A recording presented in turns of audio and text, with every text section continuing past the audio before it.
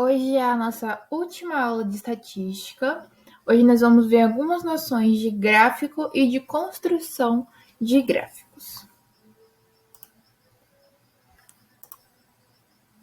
Gráficos são uma forma de demonstração simples e objetiva dos dados coletados numa pesquisa e podem ser de vários tipos. Então, para que serve um gráfico dentro de uma pesquisa estatística? Basicamente, ele serve para você apresentar os dados, porque quando você tem um número muito grande de informações, se você só distribui ela numa tabela, fica difícil a interpretação. Num gráfico, fica muito mais visual e mais fácil de ser interpretado também. Gráfico de colunas. Deixa eu só digitar aqui. Bom, juntamente aos gráficos de barra, são os mais utilizados. Indicam geralmente um dado quantitativo sobre diferentes variáveis, lugares ou setores, e não dependem de proporções. Os dados são indicados na posição vertical, enquanto as divisões qualitativas apresentam-se na posição horizontal. Então, o gráfico de colunas é um gráfico bem conhecido, bem normal, bem utilizado mesmo. Então, aqui as divisões ficam aqui, as divisões qualitativas, né? E aqui ficam a frequência, no caso, né? Aqui na vertical. E aí, em cima das barrinhas, geralmente tem as frequências, porque esses números geralmente não vão ser redondinhos, né? E são as barrinhas mesmo. Aqui, por exemplo, esse gráfico representa o número de torcedores de cada dos clubes aí de futebol, né? Palmeiras, Santos, São Paulo, Grêmio. E aqui o número de torcedores. E aqui o time. E aqui em cima tá a frequência, né? A frequência absoluta mais exata, porque seria muito trabalhoso colocar aqui bem detalhadinho, né? Próximo gráfico, que é bem parecido com esse, é o de barras. Eu trouxe esse aqui, que é com as taxas de mortalidade infantil. Aqui já não é a frequência absoluta, é a frequência relativa, então tá em porcentagem, né? E aí as taxas de mortalidade aqui por região do Brasil. E aqui a diferença que nesse gráfico, daí a parte que estava na vertical foi para a horizontal, a parte que estava na horizontal foi para a vertical. Mas esse aqui é o gráfico de barra, bem parecido com o gráfico de colunas também. O gráfico de setores, isso aqui também é bem conhecido, o pessoal geralmente chama ele de gráfico de pizza, né? E é um tipo de gráfico muito utilizado para expressar uma relação de proporcionalidade, em que todos os dados somados compõem um todo de um aspecto da realidade. Então, quando você tem um todo, igual aqui nesse gráfico que eu trouxe de exemplo, é de preferência por modalidades esportivas. Então, você tem um total de praticantes de esportes e você tem quais as preferências deles. Então, é um gráfico bem visual. Então, você olha aqui, você de cara, você vê que a modalidade preferida entre esse grupo que participou dessa pesquisa é o futebol, e a segunda é o vôlei. Então, assim, é bem visual. Você olha, você já vê qual que é o maior, qual que é a proporção em relação aos outros. Por isso que ele indica uma proporcionalidade, que ele é uma proporcionalidade em relação a um total. O gráfico de linhas. O gráfico de linha é utilizado para demonstrar uma sequência numérica de um certo dado ao longo do tempo. É indicado para demonstrar evoluções ou regressões que ocorrem em sequência para o comportamento dos fenômenos e suas transformações que seja observado. Então, o gráfico de linhas, esse daqui, ele demonstra, por exemplo, meses em que a venda mensal foi maior, em que foi menor, que subiu ou que desceu. Geralmente, esse tipo de gráfico é muito usado nesse ambiente assim, de vendas, que lida com lucro, que lida com dinheiro, né? Com acréscimo, decréscimo, enfim.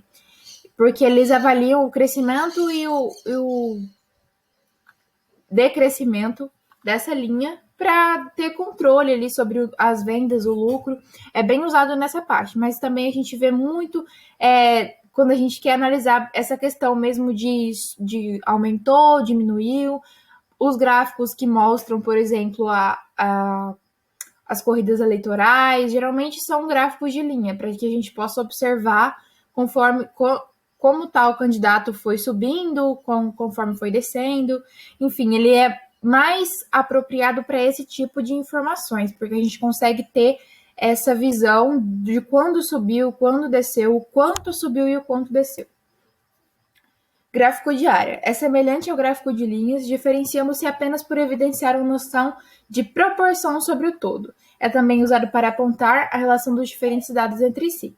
Então, no gráfico de área, ele tem um todo e ele usa essa questão de proporcionalidade. Além de ser muito mais visível, né? Você olha aqui, você vê que qual é a área maior já logo de cara, né? Então, ele tem uma questão de possuir assim um todo. Então, o gráfico de área de comércio, alimentos, metais. Então, aqui a finalidade é demonstrar qual dessas áreas é maior, né? O maior e menor. Então, aqui a área de comércio, ela é com certeza maior do que tudo o resto. Em segundo lugar, vem de alimentos. Em terceiro lugar, é de metais, que é por área. Então, a figura aqui que tiver a maior área é o maior setor, né? Então, esse é o objetivo aqui desse gráfico. Gráfico de rede. Esse tipo de gráfico não é tão comum, sendo frequentemente utilizado para medição de termos especificamente estatísticos, e até em jogos de videogame, online ou do tipo RPG. Sua utilidade é comparar valores distintos de uma mesma variável. Então, dentro de uma variável, você vai analisar mais de um aspecto dessa variável. Então, para isso, a gente utiliza o gráfico de rede. Inclusive, ele não é um gráfico de tão fácil interpretação, apesar de que para esse tipo de informação que ele traz, ele ainda é bem simples. Porém, ele não é um dos gráficos mais simples que a gente tem. Ele é um pouquinho difícil e requer um pouco de atenção para se interpretar. Esse aqui ainda é pequeno, mas tem gráficos de rede que são muito grandes, que parecem assim, uma teia de aranha mesmo, e que são um pouco mais difíceis de a gente observar, assim, de a gente conseguir interpretar. Inclusive, na prova do Enem do ano passado, caiu uma questão dessa, com esse gráfico, para se interpretar o gráfico, e muitas pessoas erraram essa questão por não conseguirem interpretar o gráfico, que era um gráfico desse de rede, e ele era maior, assim, tinha bastante informações nele, e foi um pouco difícil de interpretar. Então, quando aqui, por exemplo, cada linha significa um dos colaboradores, a Ana, o Eduardo, a Silvia e a Cláudia. Então, cada um tem uma corzinha aqui. Então, vamos pegar aqui a Cláudia, que é a linha amarela. A variável Cláudia, eu vou analisar a pontualidade, a visão sistêmica, a agilidade, a objetividade, sociabilidade e dinamismo. Então, eu vou avaliar 6 aspectos dentro de cada variável. Então, quando eu tenho esse tipo de pesquisa, esse tipo de estudo, eu uso um gráfico de rede, que é a melhor forma que eu encontro para demonstrar mesmo essas informações.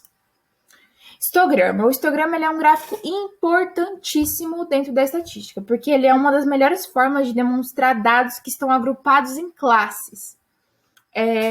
A gente já vai ver como é que faz esse agrupamento em classes, porque quando você tem um número muito grande de dados, você precisa separar eles por classes, porque não tem condições de você fazer uma barrinha lá do gráfico para cada um dos valores, e assim sucessivamente, para qualquer um dos gráficos. Então, você agrupa em classes, que não vai ser tão objetivo, porque você vai perder algumas informações, porém, é uma forma muito boa de você sintetizar os dados, para que você não tenha que fazer um gráfico gigante, uma tabela enorme, que vai ser muito difícil de interpretar.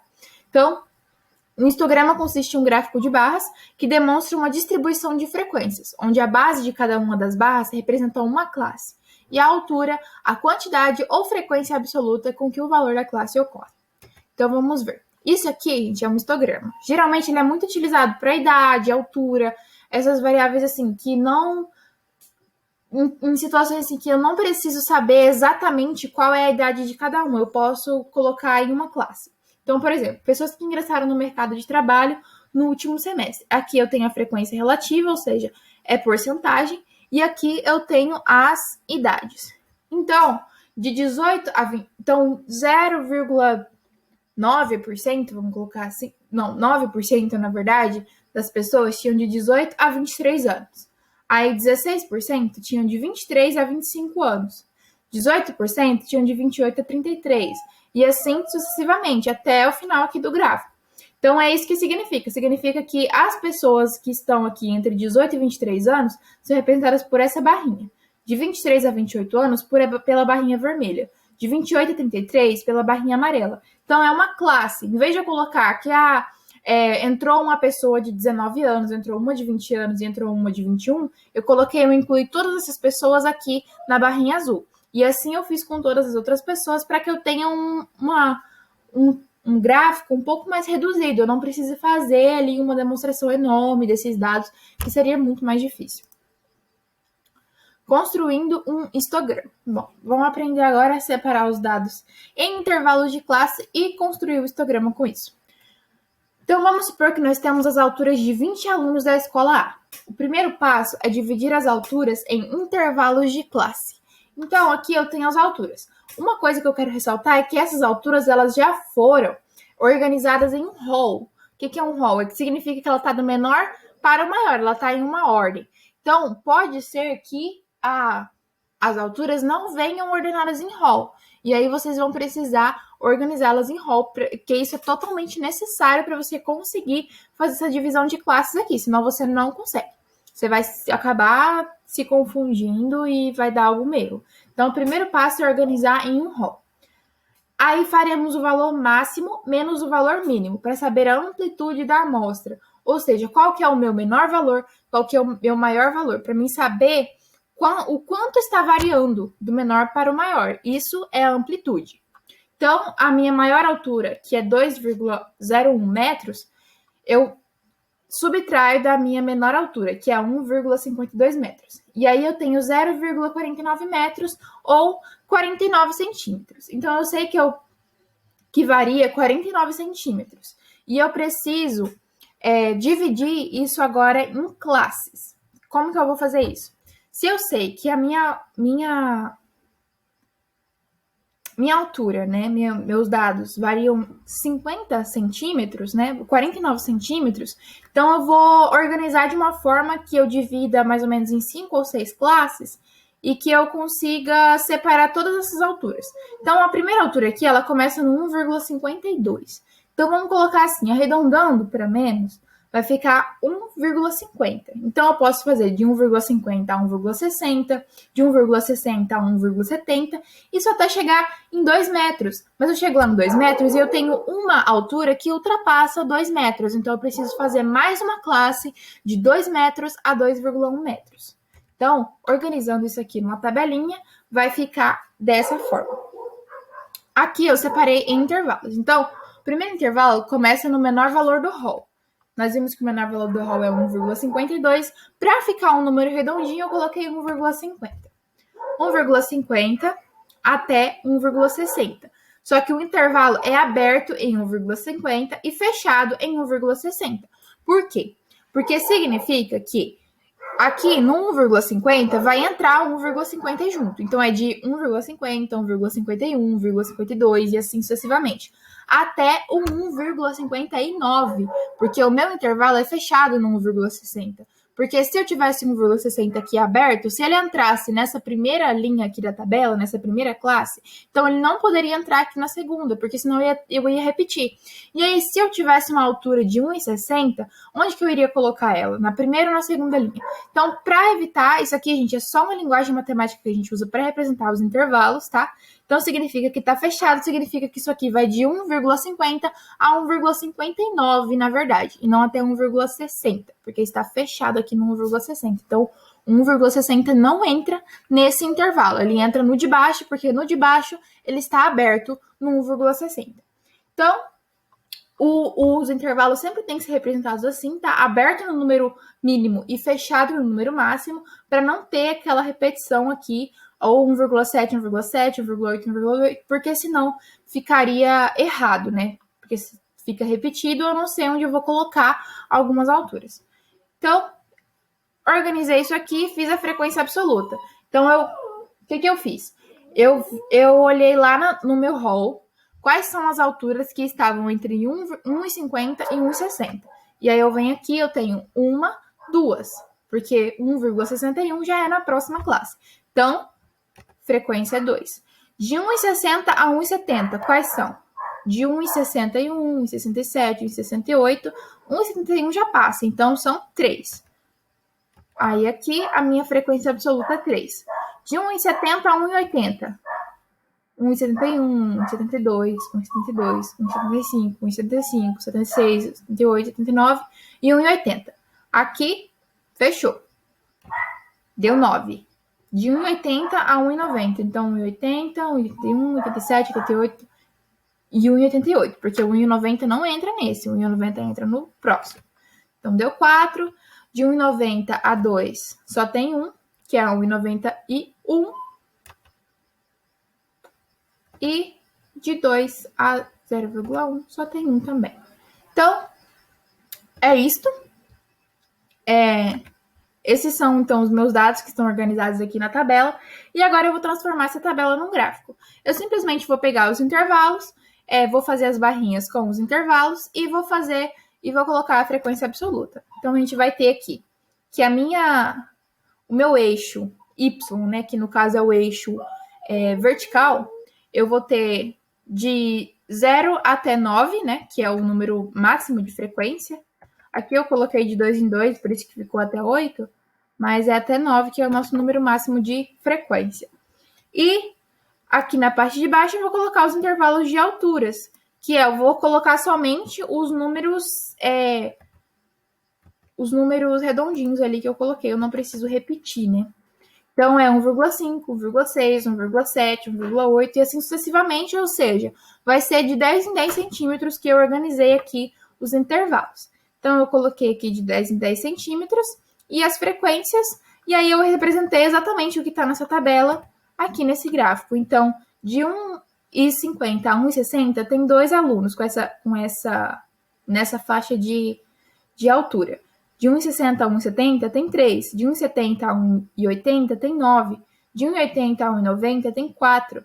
De 1,90 a 2 tem 1. E de 2 a 2,1 tem 1 também. Então, ficou dessa forma.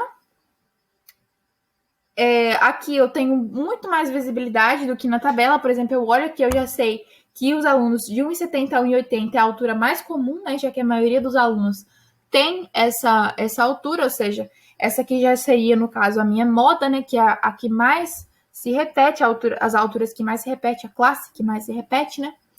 E é isso. A partir desse gráfico, eu poderia fazer também algumas outras análises, né? Mas, basicamente, é assim que se constrói um histograma, dividindo aqui por intervalos de classe.